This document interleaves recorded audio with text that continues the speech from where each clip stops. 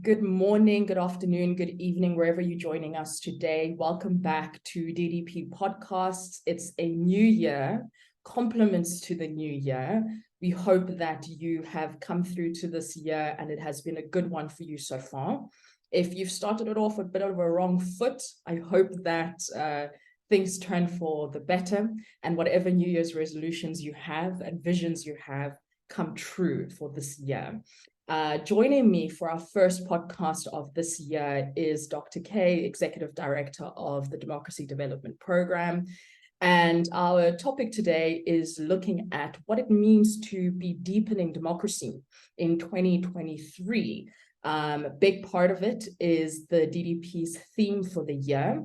We're just going to explore what the vision is behind it, the objective behind it, and the overall placement of it in 2023 today. So Dr. K, hi, how are you? So glad to have you here today. Yes, good morning, Yang, and thank you so much for organizing this opportunity to be engaging on this important aspect of our work. As you correctly said, we are very excited to be here at this point in time to be celebrating 30 years of our organization's work in South Africa, deepening democracy, working with political parties, civil society organizations, communities, government agencies and departments, and even embassies that have supported the work of the organization over the years to continue the work of engaging with each other in building a society where the rule of law is upheld, good governance is promoted, and we appreciate the contribution of each and every individual citizen in making this country of ours a livable country where the aspirations of our constitution are realized, human rights culture is deepened and promoted, and that everyone knows they have a role to play in making this country what it should be. And so in a nutshell, that's what we are celebrating this year, reflecting on the work that we've done in the past 30 years, celebrating those partners that we've been working with over the years and those we still continue to work with them today in continuation of the same vision, which is really raising our voices together as a collective, as a nation, in terms of promoting democracy, in appreciating also that civil society is an active role player in ensuring that the aspirations of our constitution are upheld continuously, that we are able to hold those who are in leadership to account for their decisions and for their actions, whilst at the same time strengthening our robustness, both as a civil society, but also as individual citizens in the places where we are at. We believe as an organization that we have a serious role to play, and it's even becoming more serious, especially in our present context, because the changes we have seen, political changes especially, that we've seen over the years since the dawn of democracy, necessitates that the civil society remains very vigilant and very active in ensuring that the civic space is not shrunk. At the same time, also that we hold these leaders that we've elected into positions of power to account. But at the same time, also we hold ourselves responsible and to account for ourselves and our contribution in the state of affairs that we see in our nation. And so that is really the gist of our celebration this year. And we are very excited to partner with the past, the present, and those who are going to join us in this journey of ensuring that South Africa remains a beacon of hope and light, despite the challenges that we are confronting. Perfect. Thank you, Dr. K. I think just to clarify for our listeners, DDP's theme for 2023 is celebrating 30 years of deepening democracy in South Africa.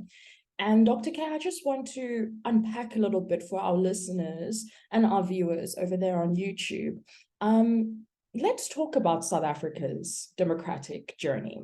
The other day, I was speaking to one of my colleagues, and he was just expressing how, when he was a student back in the 90s, there was this sense of optimism in the way that people wrote, in the way that people articulated themselves around democracy in South Africa.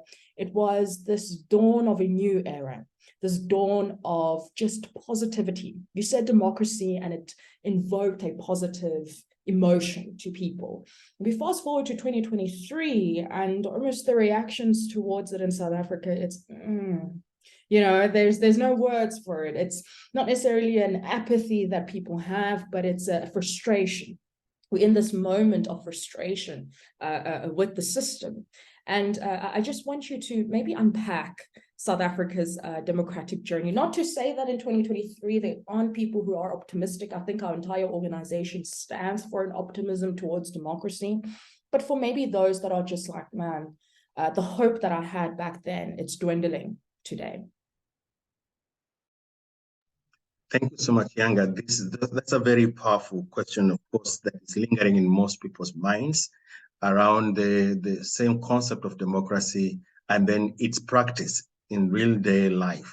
And as we began with, we declare that we recognize as an organization that the context in which we operated when the organization was established 30 years ago, and this vision started rolling out, that context has shifted so many times.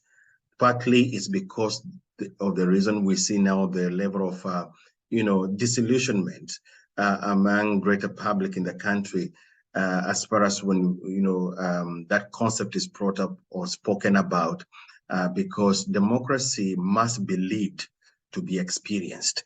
It cannot be just an abstract concept out there. And so for many of our citizens around the country, at the dawn of democracy, when South Africa received our independence, it was a moment of realization that there is a pathway that, first of all, equalizes everyone. Yeah. And there's also another pathway that allows every citizen to be accepted for who they are, irrespective of their gender, religion, color, all those things that had kept the nation divided prior to independence. And therefore, the dawn of democracy, at that point, it was a realization that there be no more divides, so to speak, that everyone belongs here, irrespective of their socioeconomic backgrounds, irrespective of their political affiliations and persuasions, irrespective of the agenda and the like. However, we've seen that context changing, because at one point, for the first phase, if you're to think in phases, the first phase, the first 10 to 15 years of the democracy was about rebuilding the nation after so many decades of apartheid. And so there was a lot of contextual work that had to be done, rebuilding the society, allowing people to experience the freedoms that they were denied, creating legal frameworks that will facilitate the enjoyment of those freedoms. And of course, working very hard to ensure access to economic opportunities. Then fast track after 15 years to about another 10 years, we've seen that whilst there's some level of freedoms have been enjoyed and continue to be enjoyed, what really hasn't happened is equalization in terms of economic access. And so there's a significant population size that is not able to access those opportunities, either because they're still not economically empowered by either through education or through training or through their political affiliation. But also seeing that the context has also morphed as our politics change due to many internal and external factors. And therefore, partly the contribution of our politics has also created a sense that access to opportunities has to be limited to proximity to political networks. And of course, that disenfranchises a lot of citizens who do not even have ability to come closer to such political networks where there can be a real possibility, a real chance of accessing opportunities.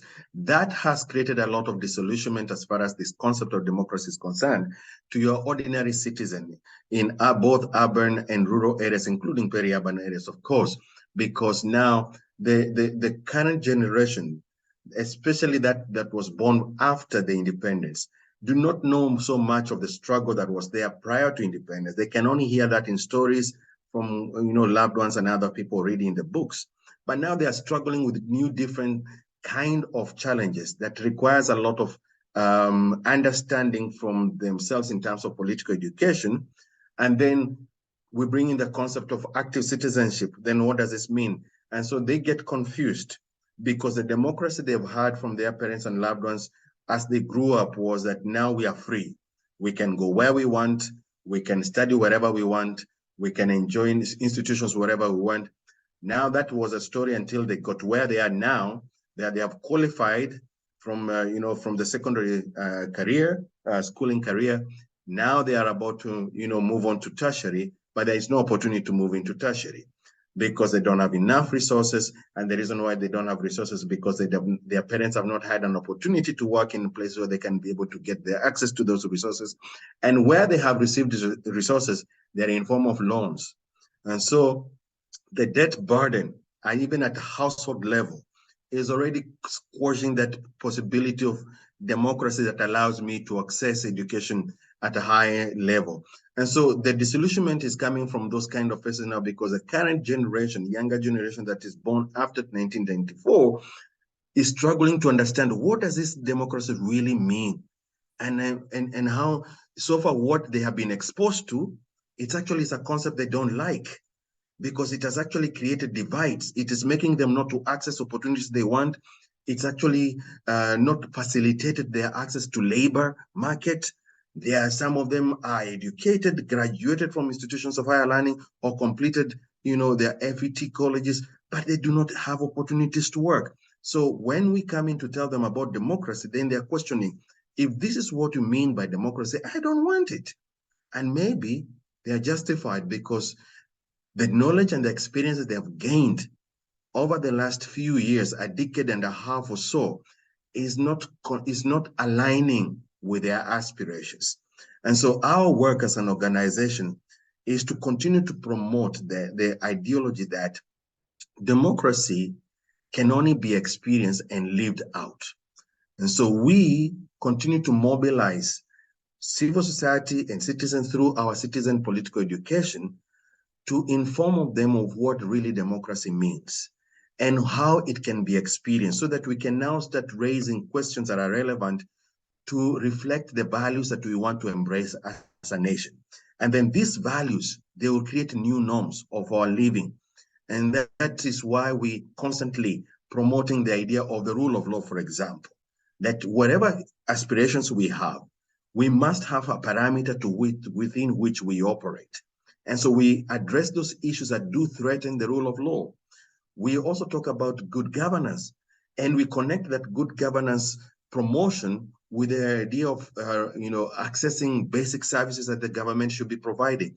And therefore, when that is not being done by the authorities, be they at a national level or provincial or local government level, it's our duty as citizens and collective civil society to hold those people into account who are in leadership, who are responsible to ensure that we're getting basic services. Now, how does the democracy link to that? Because as a citizen, we are very, very passionate about the power we hold. And we are able to do things that it is impossible not to be done if we do not do what we should to experience a possibility that we aspire. Therefore, our heart's desire is that despite the disillusionment that we see, we promoting to say that we cannot afford to give up. Democracy has to be contended for. Otherwise, it will be replaced by something else that we will not want to experience or live in. We have seen a whole range of cases around the world where the very basics of democracy have been threatened and where the society has been complacent. Those societies have become autocratic and also morphing into other, perhaps we're still going to find new names for whatever they're morphing into. Ultimately, denying people the freedoms that they have been enjoying for a while because of complacence. So we say, despite the challenges we see, democracy is still alive. It is still alive because it does not rest on leaders. Democracy sits and rests on society. That's why we constantly also promote the idea of people participating, citizens participating in voting. Again, we say the power is in your hands as a citizen. If you abdicate that responsibility, then you're also contributing to the decay that our society is experiencing. So to sum it all up, deepening democracy is an ongoing project that does not stop at any one point in time. Society is dynamic, so are our politics. What is constant, as we've always had before, is change. So as citizens, we are aligning with the context of our time. The context of our time now demands a lot of active vigilance. That's what this primary context is now demanding from all of us, irrespective of where we find ourselves. If we are not going to do that, we're going to be contributing to the decay and the dishappiness that we are constantly seeing. And the only persons who can change that is we citizens.